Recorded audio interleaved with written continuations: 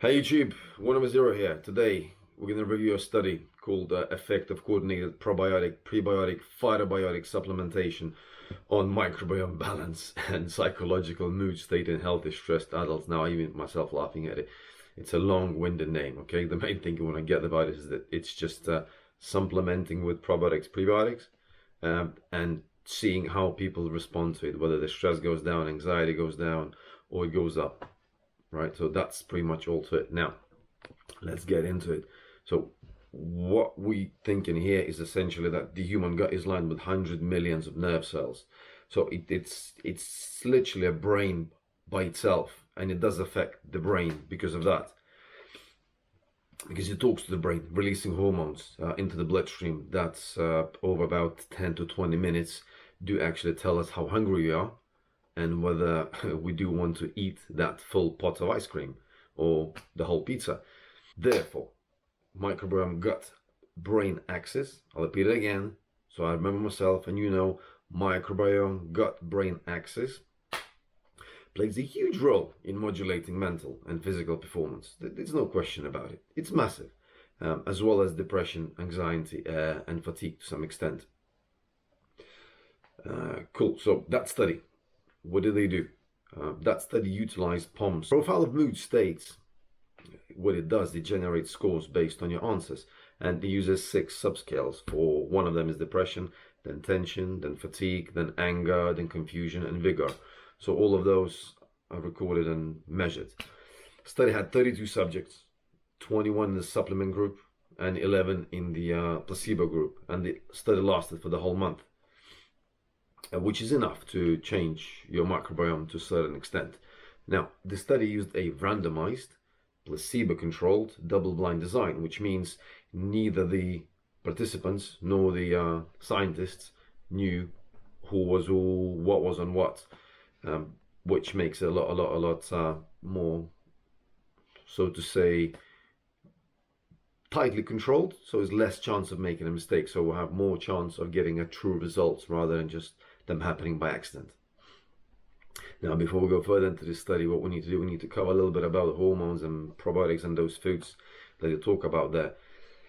And now, probiotics, they are actual bacteria, the good bacteria that lives in your gut, and you can supplement that. There's various companies that do it. They use a specific brand, which I'll pop up somewhere here in the picture. For that one, prebiotics are actually the food for the good bacteria, which can either come in food or supplement form. And examples of food could be simple as veggies, asparagus, bananas, etc., artichoke. Cool. Then phytobiotics, which are phytonutrients and flavonoids. That's the stuff that are in your veggies and fruits as well. In plant foods, essentially, such as herb, spices, tea, dark chocolate, and wine, and so on.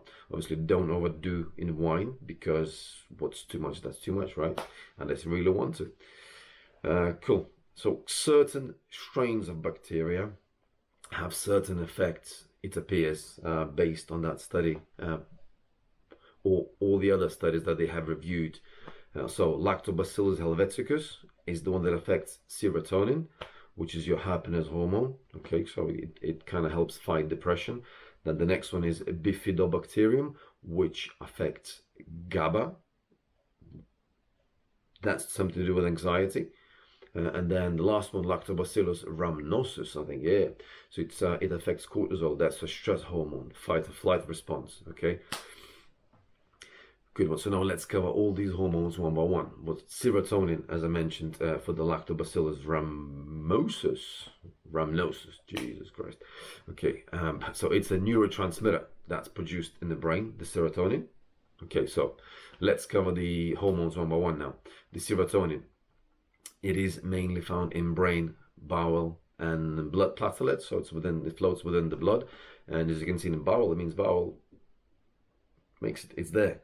Okay, so it affects your brain from your intestine.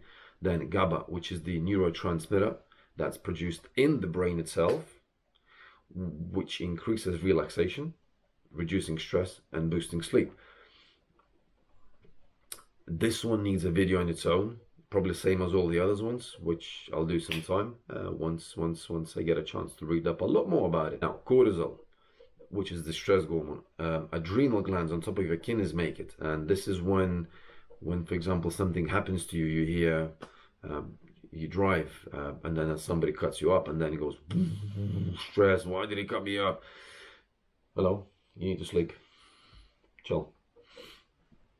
What was on? Oh yeah, I was on about the hormones. It helps. The cortisol helps regulate the blood pressure, increases blood sugar, because you think if something happens, you gotta run and dash, your blood sugar has to come up because you have to have energy. So that's the bit there.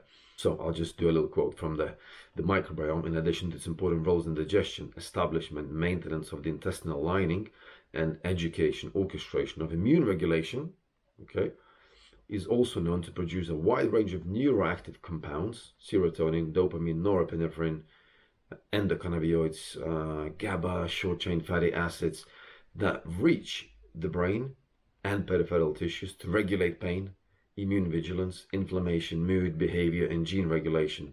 So we'll have certain amount of genes, or not amount, certain genes, but we can change the way they express themselves by actually managing our lifestyle, i.e. eating good and taking regular exercise.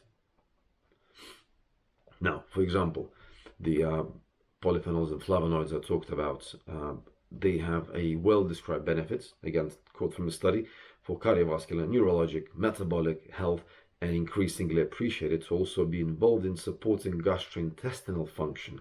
So this is really huge, okay? It helps you digest food. Good. Now, what did they find with the study? Let's just finish it off quickly, because my battery's going down, I think 18%, right? Physiological indexes were significantly improved in the supplement group for both positive, which means global mood went up by 25%, vigor went up by 44%, and the negative ones, which is the fatigue, depression, anger, tension, and confusion. Now, fatigue went down about 60%, depression went down 50%, anger 50%, tension 45%, and confusion 43%. Now, that's compared versus placebo, and these are self-reported questionnaires, so people graded themselves before the study and after the study. That's pretty much. So it seems like a no-brainer. I'll add the study below in the comments, the link to it, so feel free to view it.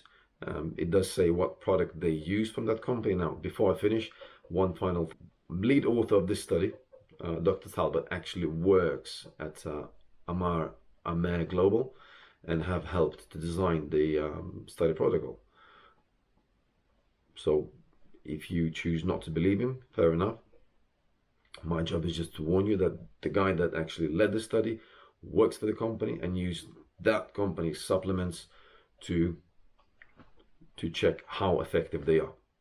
Okay, that's it for now. Make sure to subscribe, hit that notification button, so once I do more videos, you get notified straight away, and then you can just check them out, because there will be a lot useful stuff coming up there over the weeks and months and years. Right, I'm out. See ya.